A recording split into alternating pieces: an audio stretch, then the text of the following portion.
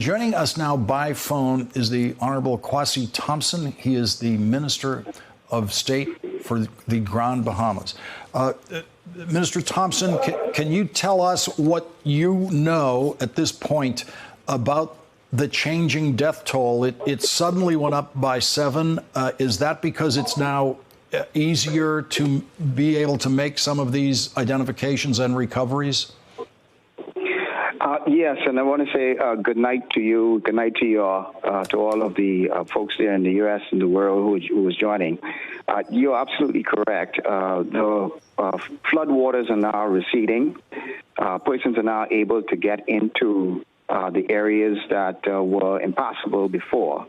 And so we're now in that recovery mode where we are recovering and seeing now unfortunately, the death toll that exists. I am on the island of Grand Bahama, and the same really is happening on the island of Grand Bahama. We're the second most populated island in the Bahamas, so a bit more populated than Abaco. And there's some areas that we only were able to reach today. Unfortunately, recovering bodies today. So the Prime Minister and Dr. Sands were absolutely correct that the official death count, unfortunately, is going to increase. One of the grimmer points of news that we got today was the fact that the islands need more morticians, more people who know how to handle dead bodies and help in the identification of dead bodies, and they are flying in from the United States, as many as can. Is that the current most important focus, is finding and identifying these victims? Well, that's one of the focuses. I mean, we've been doing that today, getting into the eastern side of our island today, and unfortunately, we did recover some bodies today. However, that's just one of the concerns. We have hundreds of persons on our island that are homeless. We have about 400 now that remain in shelters. A number are still with their families. One part of our island was really completely devastated. We had flood waters in the range of 20 feet high. Some persons trapped in their attics had to be rescued. We are now set up feeding banks because obviously persons who have lost their houses, we have the complete island is out of power and out of water. So the government has mobilized.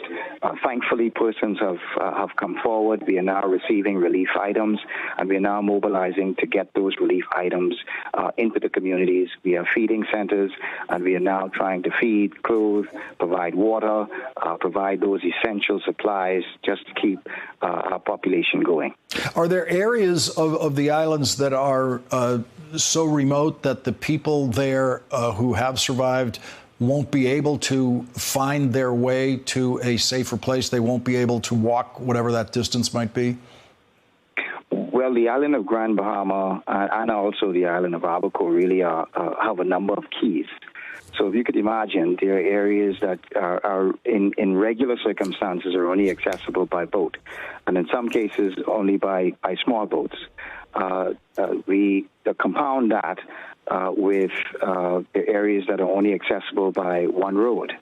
And that road either may have been washed away, or that road would have had debris that was covered, and so it would have taken some time to access those areas because of the damage. But we have done so by way of heavy equipment to access those roads.